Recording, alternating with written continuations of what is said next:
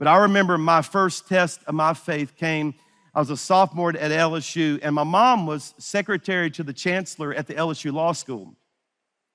And so she got me a student job between classes. It's the funniest thing ever, in the maintenance department, which is funny because I can't fix anything. But anyway, I was in this maintenance department. And really, honestly, we didn't have much to do. We sat there waiting for a phone call from somebody in the LSU Law School of something's broken or there's a light out. You kind of get the idea. So I sat there a lot until they asked me to do something, still getting paid for that. So I was really on fire for God, 19 years old. And so I'd bring my Bible. Instead of studying, I was reading my Bible. And my boss, Al Toll, had a friend from the LSU Police Department named Muhammad. And he'd come by every day just to hang out with Al. And he was a really nice guy. And I got to know him. And we were good friends. But I was sitting there reading my Bible in Al Toll's office. And Muhammad walked in and he goes, you know, I can prove to you that you don't believe everything in that book. And my first thought was, man, he's found a gotcha verse, and I won't have a good response, and this is going to be a bummer, and because he's going to get me. He's going to get me, and it's not right, but he's just studied it more than I have, and I felt ill-equipped, and I said, well, I decided to go a little bold. I was like, no, if it's in here, I'll believe it. If it's in here, I believe it. He goes, no, I can show you something you don't believe. No, if it's in there, I think I really believe it.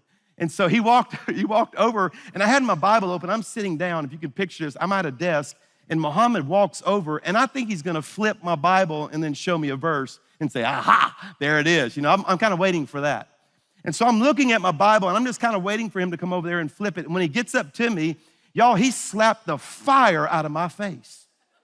I mean, hauled off and kapow. I wasn't expecting. I was like, oh, Muhammad. I said, why did you do that? And he put his finger in my face. He said, if you believe this Bible, turn the other cheek. And I said, are you serious? This is your test? Are you serious? Will you go around slapping Christians? What are you doing, man? What are you doing? He goes, and he had his finger, I'll never forget, his hand was shaking. He was kind of like, he looked mad, and I'd never seen him mad before. If you believe it, turn the other cheek. And I thought, well, surely he won't slap me again. And I had this little courage come up on the inside of me. Come on, y'all.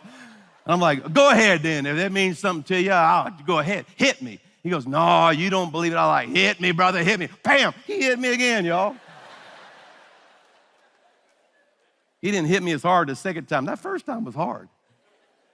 And so he just kind of like, he just did like that the second time. And he goes, well, he took his hat. I'll never forget this. He took his hat off. He goes, well, I found my first real Christian. And I thought, my brother, is that what you've been doing to find Christians? Go around slapping people in the face?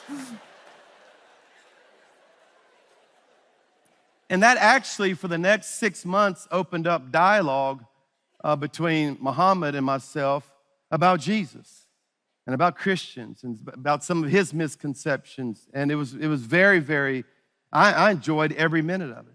But the truth is, I want you to hear this, church, and that is culture is going to give you opportunities like that.